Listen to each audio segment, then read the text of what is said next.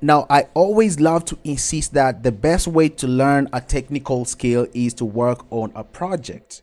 And that's what we're going to do in this class. I want us to learn how to build this by working on a project. So here we are inside Photoshop, and I want to show you what you will build by the time we finish the class. So here's a digital product, and you will have this by the end of the class, and you will have also understood how to build it. So now let's say you want to edit this into a different digital product.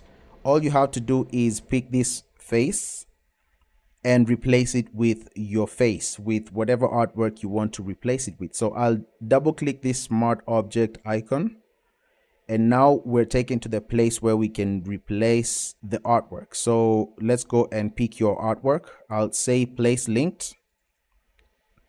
And now I'll navigate to the place where I have my artwork. You navigate to where you have your artwork. So I'll go inside elements where I have a few examples of artwork. And I will share all these images right below this video player in the projects and resources tab. Download them if you want to follow along. So let's say I want to replace that artwork with this. I'll just double click that and enter. I can delete this now. Now we're left with this. Control S to save it. And now if we go back to our base template, as you can see, the product has changed the front.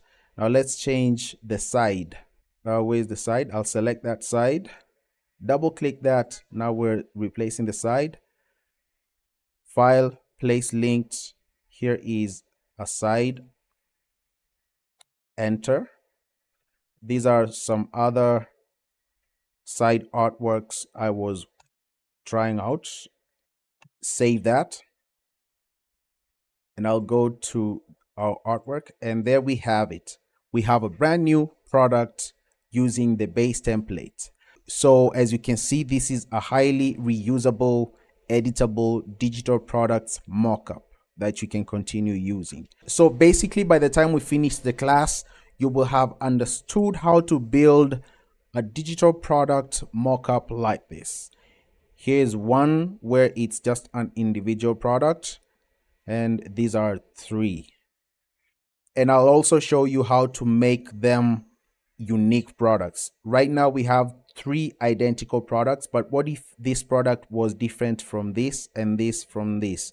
Maybe this was green and it's a different type of product. How do we do that?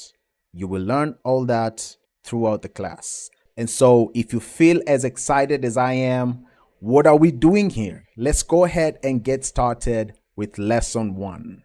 See you shortly.